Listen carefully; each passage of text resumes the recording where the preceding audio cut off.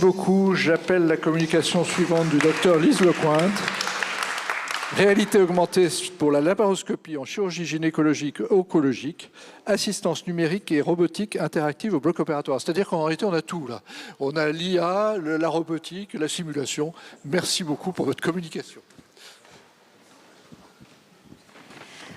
Chers académiciens, chères académiciennes. 15 minutes. Je sais. Chers maîtres, chers consoeurs, chers confrères, mesdames, messieurs, je tenais tout d'abord à vous remercier de me permettre de présenter mes travaux sur la réalité augmentée pour la laparoscopie en chirurgie gynécologique oncologique. Je suis maître de conférence universitaire praticien hospitalier en gynécologie et obstétrique au CHU de Strasbourg et je vais vous présenter donc les résultats de ma thèse de sciences. Ce travail s'est centré sur le cancer de l'endomètre, qui est un cancer fréquent, qui atteint des patientes en post-ménopause avec de grosses comorbidités, notamment des obésités. Et 80% de ces cancers de l'endomètre sont de stade précoce, donc accessibles à une prise en charge chirurgicale qui comporte une hystérectomie totale, une annexectomie bilatérale et on le verra, une lymphadénectomie sentinelle. Le ganglion sentinelle s'inscrit dans ce contexte de désescalade thérapeutique et constitue un véritable défi.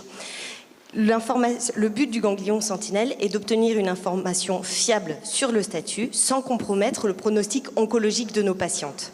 Il permet une ultra-stadification ganglionnaire, ce qui n'est pas possible sur une analyse simple anatomopathologique de curage complet.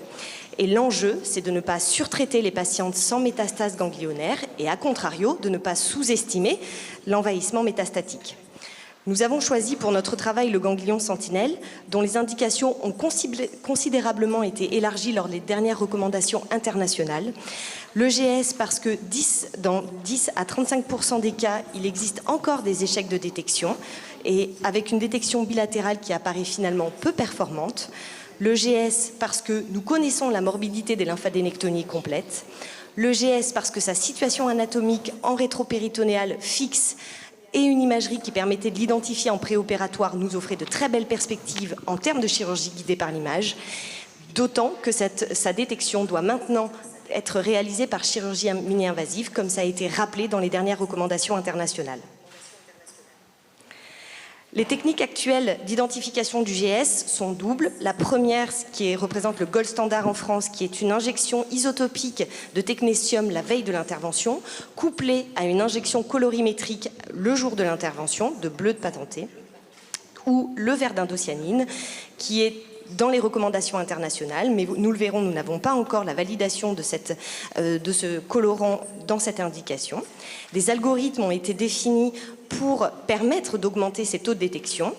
Et ces détections s'effectuent par chirurgie mini-invasive, par célioscopie. Et vous savez que la chirurgie robot-assistée est en plein essor, encore plus en gynécologie en France cette année. Et le choix de la voie d'abord doit dépendre bien sûr des paramètres opératoires, des paramètres médico-économiques, mais également des paramètres oncologiques, avec une étude extrêmement récente qui est en faveur de la voie robot-assistée, notamment en termes de diminution de taux de laparoconversion et de complications chez les patientes obèses.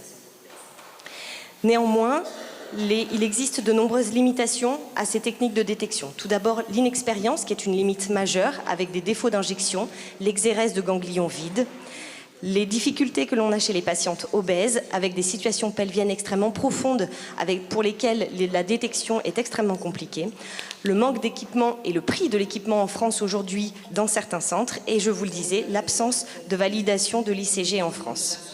De plus, les techniques que je vous ai exposées juste avant sont sujettes à de nombreux écueils, dont le principal est la pollution du champ opératoire qui va rendre les procédures extrêmement longues, fastidieuses et surtout les détections très aléatoires. Et ces procédures sont également sujettes à des complications opératoires, essentiellement dues à la proximité de structures anatomiques vasculaires juste à côté et de lymphocèles et de lymphœdèmes.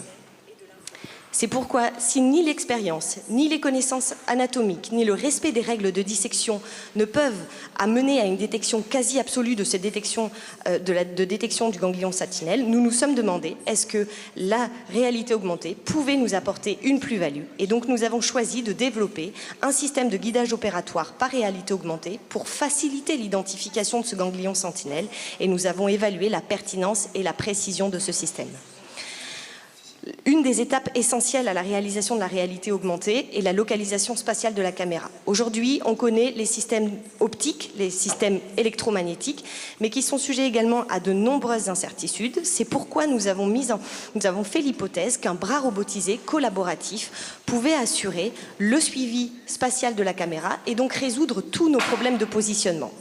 Nous avons fait des campagnes de mesure en comparant les systèmes de détection optique, qui est le NDI Polaris, qui est extrêmement connu dans la littérature, à notre bras robotisé. Et finalement, l'EndoCobot était 3 fois plus précis que le système optique, et ses résultats étaient stables dans l'espace, mais également au-delà de l'espace de travail.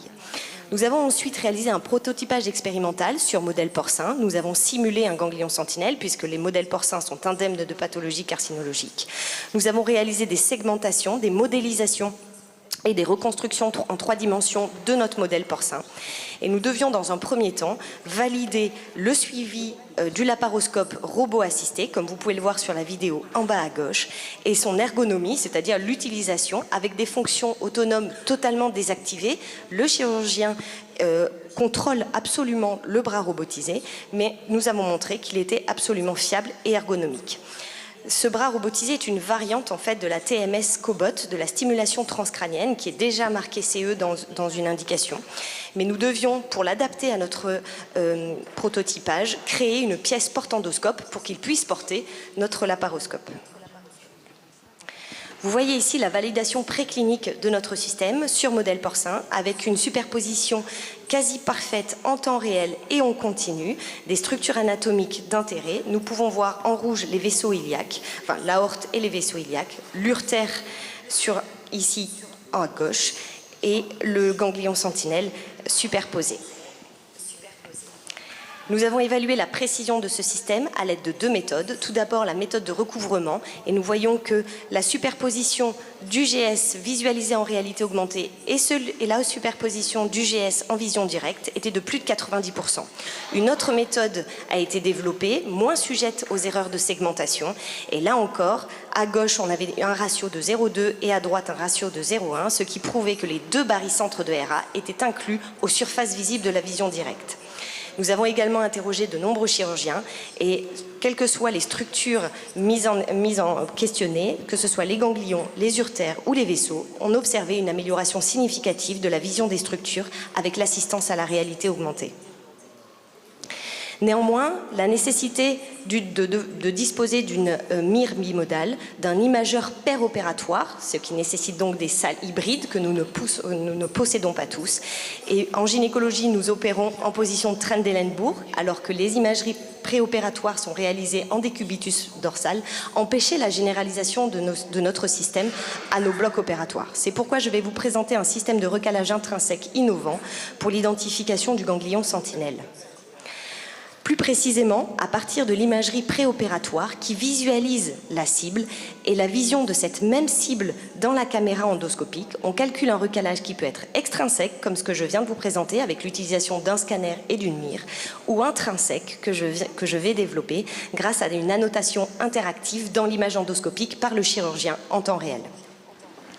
À partir des données préopératoires scanner brut, nous avons réalisé une squelettisation à partir du rendu volumique. Une squelettisation, c'est un système qui transforme un ensemble de courbes, un ensemble de volumes en courbes. Nous avons ensuite réalisé une annotation sur écran tactile des artères iliaques externes qui sont donc fixes de façon bilatérale selon différents points de vue directement au bloc opératoire et nous avons créé un algorithme qui permet de recaler de façon très interactive l'imagerie préopératoire à l'imagerie pair-opératoire grâce à un calcul d'une transformation entre notre tomographie par émission de positons et la base de notre EndoCobot. Cet algorithme, nous avons déposé un brevet et il est actuellement en cours de relecture. Nous avons également évalué la précision de notre système sur un modèle artériel fantôme humain que nous avons imprimé en 3 dimensions. Et là encore, vous pouvez voir une précision qui est visuellement excellente de l'ordre du submillimètre. Le projet que nous avons développé, centré sur l'EndoCobot, porte en lui le potentiel de ses fonctions. Il présente des intérêts multiples, évolutifs, qui permet le suivi de la caméra et rend les recalages intrinsèques possibles. Et il offre les fonctions d'un porte-endoscope intelligent.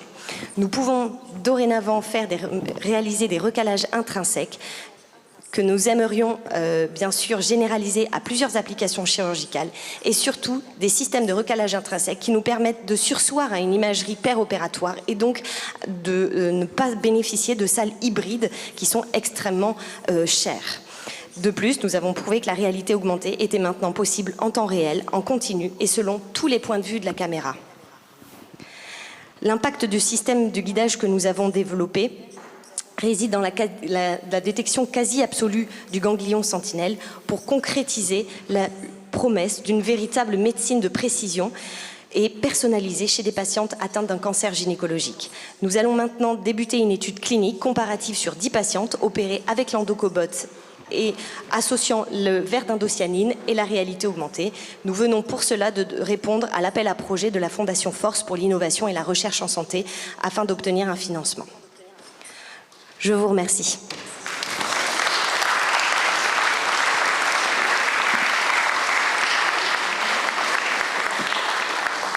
Merci beaucoup au Dr Lecointe, parce que les cancers gynécologiques ont tendance à augmenter.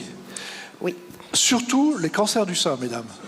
Il y a un effondrement de la prévention et donc on est très très mauvais en Europe, puisque le cancer du sein est en pleine augmentation, ainsi que les cancers de l'endomètre. Et donc c'est très important. Ce que vous nous avez dit, c'est porteur d'espoir, et ça méritait sûrement un prix, puisque vous l'avez eu. Une question pertinente. Ah, le passe-président. Professeur Bédem. Merci. D'abord, félicitations pour ce excellent travail qui me fait me poser une question concernant ce qu'on appelle peut-être les smart robots, c'est-à-dire les robots intelligents alimentés par les datas qu'ils enregistrent eux-mêmes et qui finissent par devenir un élément de la boucle digitale dans laquelle il faut que tous les chirurgiens sachent que l'avenir de la chirurgie se passera dans une boucle digitale. Comment aujourd'hui l'intelligence artificielle, vous avez parlé d'algorithmes, donc ça veut dire intelligence artificielle, c'est l'accumulation des datas les meilleures pour obtenir un robot qui soit capable justement d'être autonome dans la précision de la vision qu'il veut vous donner dans le petit bassin et dans l'abdomen. Absolument, je suis tout à fait d'accord. La première étape, l'intelligence artificielle, elle est rentrée à plusieurs reprises dans ce travail. La première, c'était déjà pour les étapes de segmentation et de reconstruction, pour pouvoir après superposer nos structures anatomiques cibles dans l'image endoscopique. Donc là, ça a été déjà le développement d'algorithmes de segmentation, puisqu'il n'y a aucun logiciel marqué CE pour réaliser de la réalité augmentée simple dans nos blocs opératoires. La deuxième fois où l'IA est rentrée dans notre projet, c'est effectivement pour la détection de structures anatomiques à visée enseignement, à visée ensuite repérage, mais pour l'instant ce n'est qu'une aide. Et il faut beaucoup de données. Mais à titre personnel, je pense qu'il y a eu des robots, qui a une quinzaine d'années, mais qui sont en train d'exploser avec l'intelligence artificielle. C'est-à-dire qu'on a complètement une transformation de l'utilisation robotique. Tout à fait. Merci beaucoup.